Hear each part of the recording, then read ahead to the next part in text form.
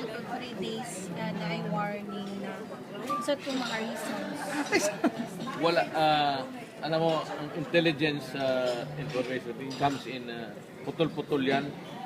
It comes from one person, from one unit. It's a collated,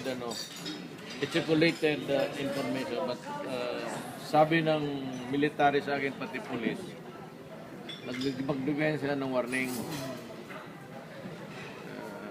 dito sa SM, particularly yung coffee shop dyan, American interest. Starbucks? I think that's the one. Mayor, if it's Ay, ba't ba doon pala sa taas? Mayor kung dili MNLF, kinsa ang posible nasa No, likod? in a scale of 1 to 10, I am not, medyo hardly 1. Just talk to Lord Miswari. Just 3 minutes ago.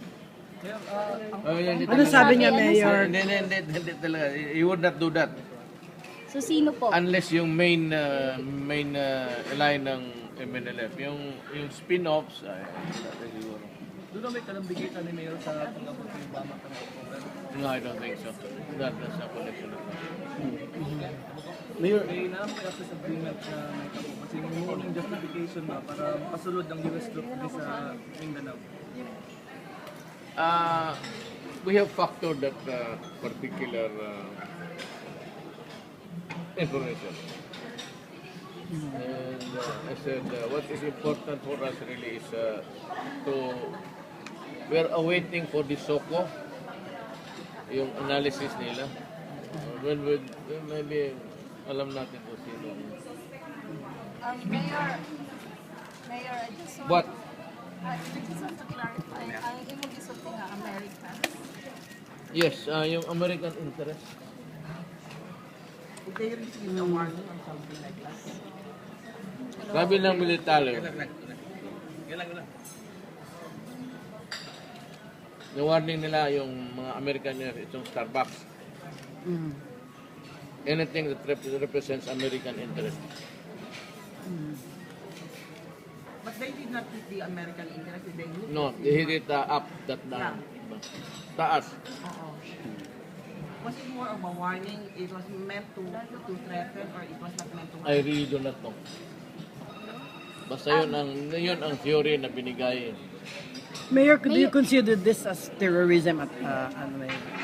It is.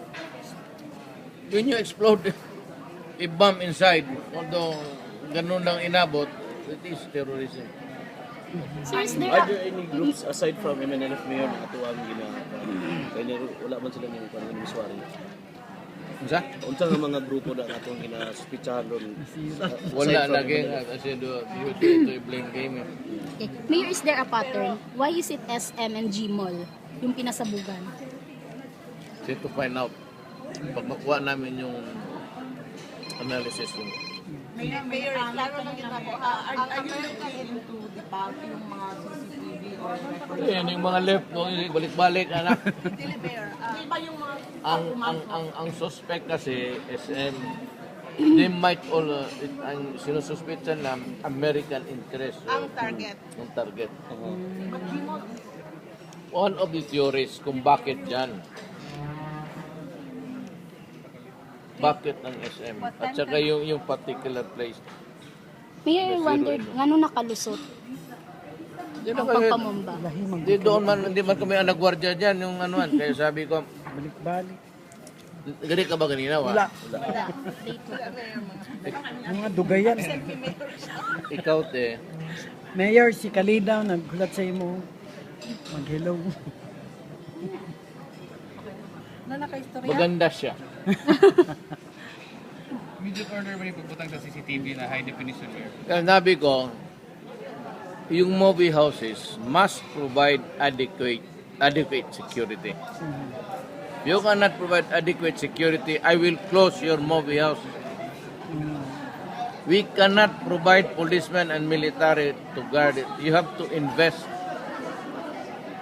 Lahat ng SMED, whatever. Hindi kami makano because one, you might run afoul with the law anti-graft. mag-provide ng government personnel sa Naisgutan naman gud ni dati mayor no kaning dapat hugtan ang security sa mga malls pero until karon kung tan-aw na to karon nakalusot gihapon. wata ang analysis sa bomba. Mayor, makimit daw sila si Mayor Kalida. Pero, Di- di- Mayor,